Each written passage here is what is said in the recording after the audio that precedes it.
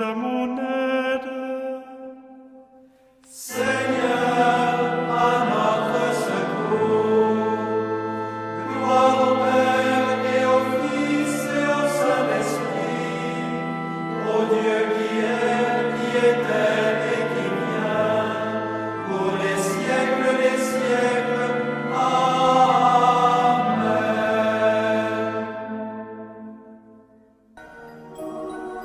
L'ange du Seigneur apporta l'annonce à Marie.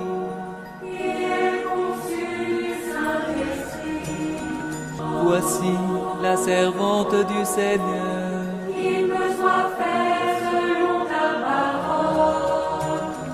Et le Verbe s'est fait chair. Et il a habité parmi nous.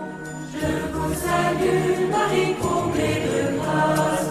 Le Seigneur est avec vous. Vous êtes bénie entre toutes les femmes.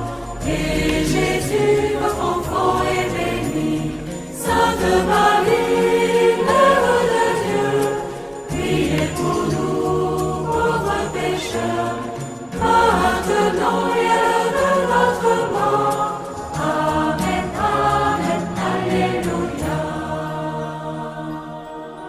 Priez pour nous, Sainte Mère de Dieu. Afin que nous soyons rendus dignes des promesses du Christ. Prions. Que ta grâce, Seigneur notre Père, se répande en nos cœurs. Par le message de l'ange, tu nous as fait connaître l'incarnation de ton Fils bien-aimé. Conduis-nous par sa passion et par sa croix, jusqu'à la gloire de la résurrection. Par Jésus, le Christ, notre Seigneur.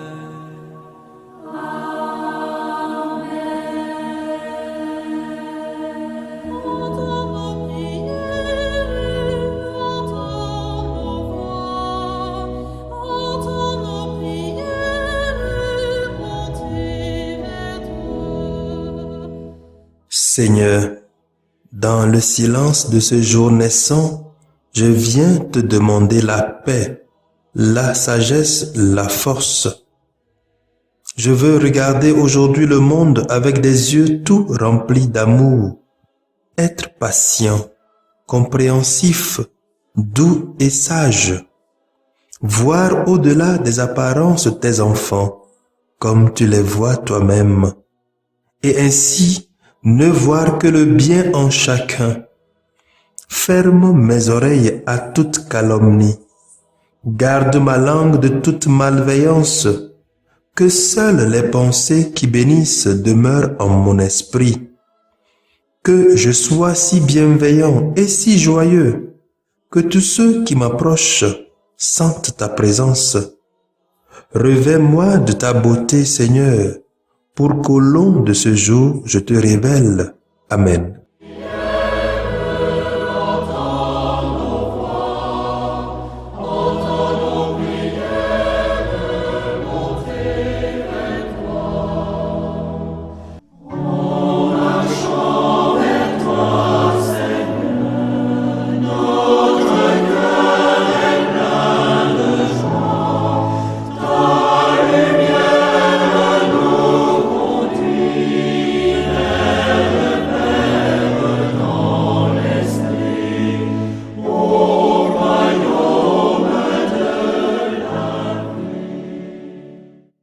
Écoutons les textes de ce 21e dimanche du temps ordinaire de l'année B, lu par sœur Diane Audrey-Réman de l'Institut des Sœurs de Notre-Dame des Apôtres et le diacre Achille Alaglo de la Société des Missions Africaines, commenté par le Père Jean-Paul Kwacha de la Société des Missions Africaines. Par ce pain que nous mangeons, pain des pauvres, pain des forts, tu restaures notre corps, tu apaises notre foi jusqu'au jour de ton retour. Première lecture. Lecture du livre de Josué. En son 24e chapitre, du verset 1 au verset 2 et du verset 15 au verset 18. En ces jours-là, Josué réunit toutes les tribus d'Israël à Sichem, puis il appela les anciens d'Israël avec les chefs, les juges et les scribes. Ils se présentèrent devant Dieu. Josué dit alors à tout le peuple, « S'il ne vous plaît pas de servir le Seigneur, choisissez aujourd'hui qui vous voulez servir. Les dieux que vos pères servaient au-delà de l'Euphrate, ou les dieux des Amorites dont vous habitez le pays. Moi et les miens, nous voulons servir le Seigneur. » Le peuple répondit, « Plutôt mourir que d'abandonner le Seigneur pour servir d'autres dieux. C'est le Seigneur notre Dieu qui nous a fait monter, nous et nos pères, du pays d'Égypte, cette maison d'esclavage. C'est lui qui, sous nos yeux, a accompli tous ces signes et nous a protégés tout le long du chemin que nous avons parcouru chez tous les peuples au milieu desquels nous sommes passés. Nous aussi, nous voulons servir le Seigneur, car c'est lui notre Dieu. » Parole du Seigneur, nous rendons grâce à Dieu.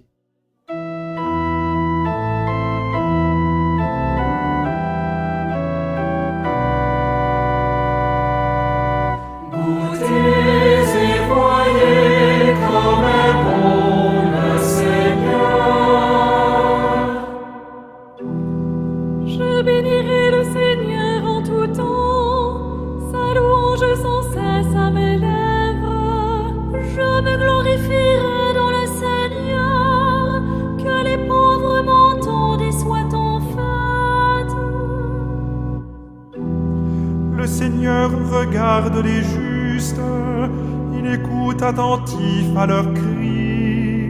Le Seigneur affronte les méchants pour effacer de la terre leur mémoire.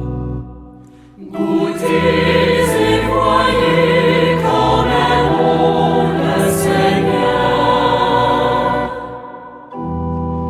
Malheur sur malheur pour le juste, mais le Seigneur chaque fois le délivre.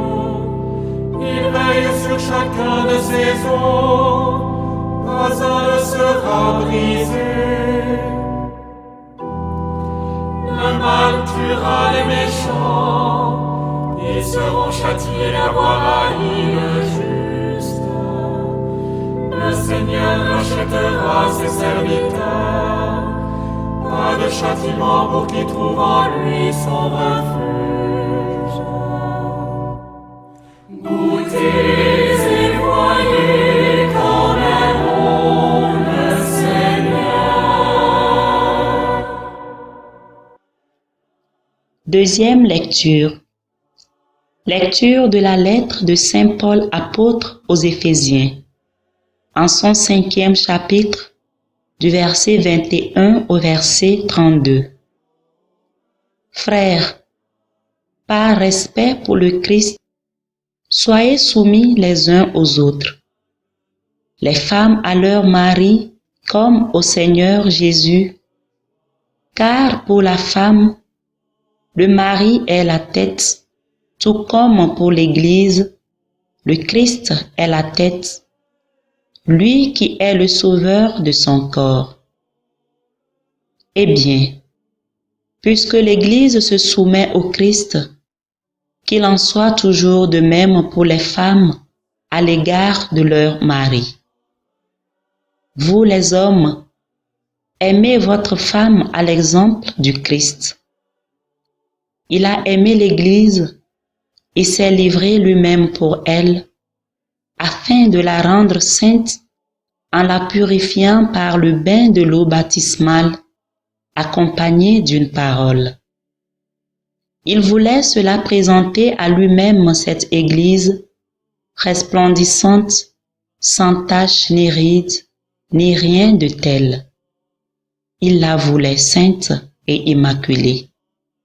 C'est de la même façon que les maris doivent aimer leurs femmes, comme leur propre corps. Celui qui aime sa femme s'aime soi-même. Jamais personne n'a méprisé son propre corps. Au contraire, on le nourrit, on en prend soin.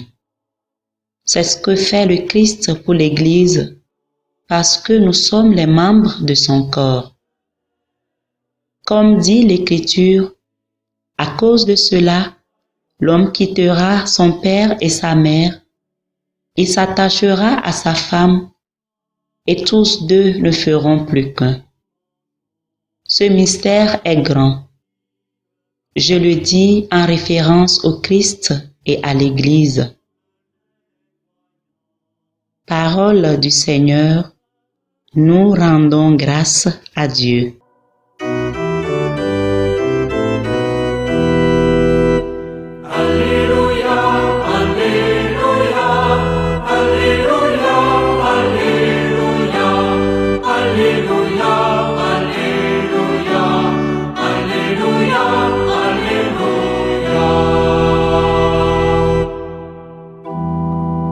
Tes paroles, Seigneur, sont esprit, elles sont vie.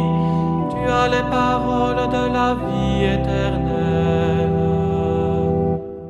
Alléluia, Alléluia, Alléluia, Alléluia, Alléluia, Alléluia, Alléluia, Alléluia.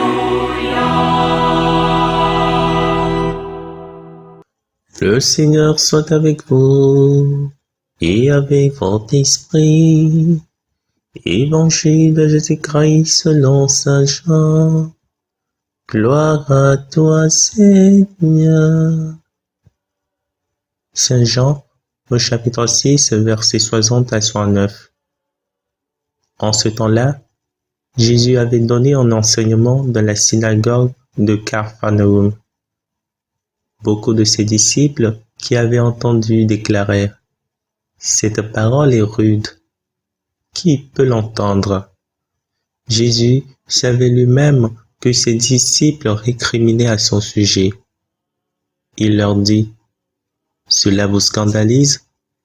Et quand vous verrez le Fils de l'homme monter là où il était auparavant, c'est l'Esprit qui fait vivre. La chair n'est capable de rien. Les paroles que je vous ai dites sont esprit et elles sont vie. Mais il y en a parmi vous qui ne croient pas. » Jésus savait en effet depuis le commencement quels étaient ceux qui ne croyaient pas et qui était celui qui le livrerait. Il ajouta : « Voilà pourquoi je vous ai dit que personne ne peut venir à moi si cela ne lui est pas donné par le Père. » À partir de ce moment, beaucoup de ses disciples s'en retournèrent et cessèrent de l'accompagner. Alors Jésus dit aux 12 : « Voulez-vous partir vous aussi ? » Simon-Pierre lui répondit : « Seigneur, à qui irions-nous ? Tu as les paroles de la vie éternelle. Quant à nous, nous croyons et nous savons que tu es le Saint de Dieu. » Acclamons la parole de Dieu. Louange à toi, Seigneur Jésus.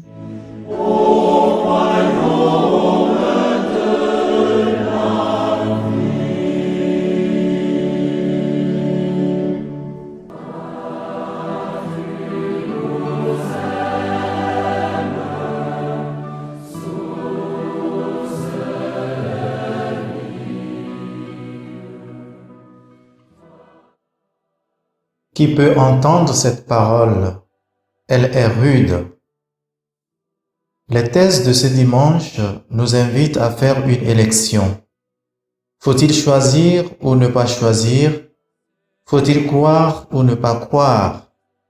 voici l'heure de grâce et de vérité qui a sonné pour chacun de nous. Chers frères et sœurs en Christ, très souvent pendant les périodes électorales, notre choix se porte sur le candidat le plus convaincant dont le projet nous parle et nous interpelle. En le choisissant, nous adhérons à sa façon de penser, à sa façon de faire, de nous conduire, bref, à son idéologie et à sa politique. Par cet acte, nous exprimons notre désir de le soutenir et nous faisons alliance avec lui. On peut être séduit par plusieurs candidats, mais dans les urnes, c'est une seule personne que je dois choisir. Mon choix incombe ma liberté et ma responsabilité. Bien-aimés de Dieu, c'est ce que Josué et Jésus nous demandent de faire aujourd'hui. Nous devons choisir de servir Dieu et de faire alliance avec lui, puis activer notre indifférence envers toute autre chose, comme l'orgueil en soi ou nos idoles, à nous qui parlent plus fort et plus vite que Dieu. Pour cela, il faut comprendre et choisir ce que nous voulons faire. Qu'est-ce que servir le Seigneur implique dans notre choix au quotidien? Cela implique qu'il faut entendre la parole de Dieu, pas n'importe laquelle, celle qui est rude, pleine de vérité, celle qui me met dans mon état, qui me secoue et me sort de moi-même. Elle doit me faire réagir comme Pierre, qui impulsivement dit « Qui peut entendre cette parole ?» Elle n'est pas facile à accepter humainement. Elle est rude car elle agit par l'esprit. Quand l'esprit saisit le cœur d'un être humain, alors ce dernier doit choisir entre la vérité qui rend libre ou le mensonge qui le sépare de Dieu. Eh bien, c'est la parole dite par Jésus. Elle est esprit et elle est vie. Celui qui ne mange pas ma chair et ne boit pas mon sang n'a pas la vie en lui.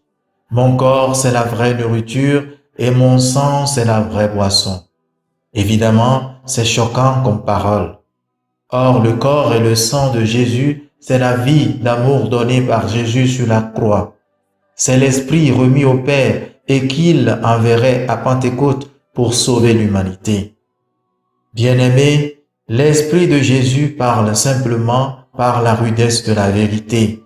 C'est la vie et l'Esprit de Jésus qui sauvent. Il faut y croire, il faut en vivre pour s'en rendre compte. Il nous faut vivre de ces paroles, les laisser nous nourrir et nous transformer de l'intérieur. Il faut accueillir ce don avec gratitude. Voilà le message pour nous aujourd'hui, bien-aimés. Jésus nous explique tout cela simplement, mais souvent nous choisissons d'entendre ce qui doit nous faire plaisir ainsi qu'aux autres. Oui, quand il faut que Dieu entende, voie nos colères, nos erreurs et nos horreurs et ne rien dire, là, ce n'est pas dur. Il est le plus bon. En revanche, s'il nous demande quelques minutes pour sentir l'odeur de sa vie dans le silence du Saint-Sacrement, c'est dur à entendre. C'est difficile d'entendre Dieu nous parler de notre propre vie de l'intérieur de nous-mêmes. Voilà ce qui est dur. Ce qui est dur, c'est aussi « tu ne dois pas tuer ». Et pourtant, je cautionne, j'encourage l'avortement alors qu'une voiture ou une moto a failli m'enlever la vie et je me suis plaint violemment. Tu ne vois pas toi? Tu es fou? Là, mon choix est clair. Ma liberté et ma vie m'importent plus que tout. La liberté d'autrui, comme don et vie de Dieu, ne compte pas. Dieu dit, l'homme et la femme vont s'unir pour faire un. Personne ne doit les désunir. Et pourtant, ça arrive que l'homme sépare ce que Dieu a uni. Ou encore l'homme s'unisse à un autre homme, la femme à une autre femme. Et Dieu doit se taire ainsi que son Fils et son Église. Dieu dit, je respecte votre choix, respectez ma liberté à moi aussi, car ce n'est pas ce que j'ai dit.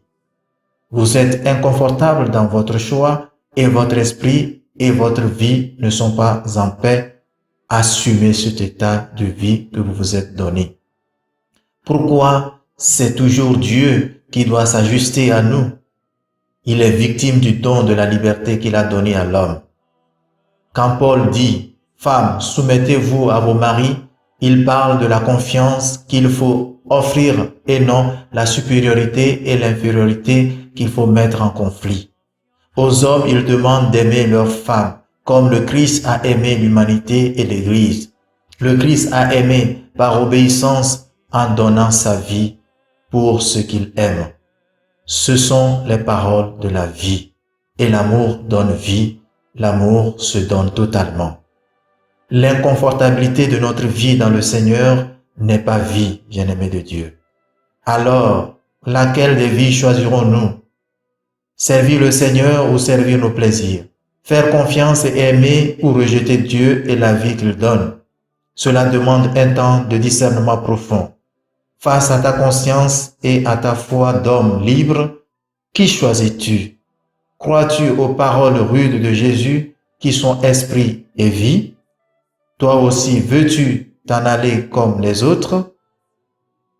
Bien-aimés de Dieu, pour y arriver à choisir de servir Dieu, demandons l'aide du Christ qui a les paroles de la vie éternelle.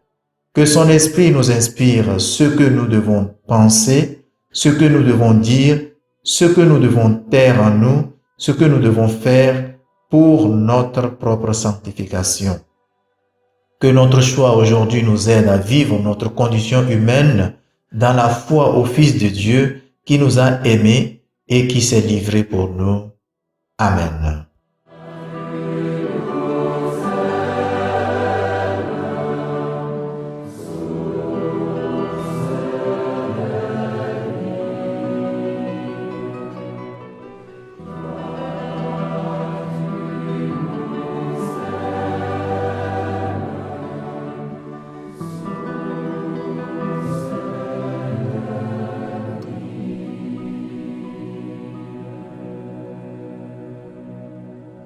Le Seigneur soit avec vous. Et avec votre esprit.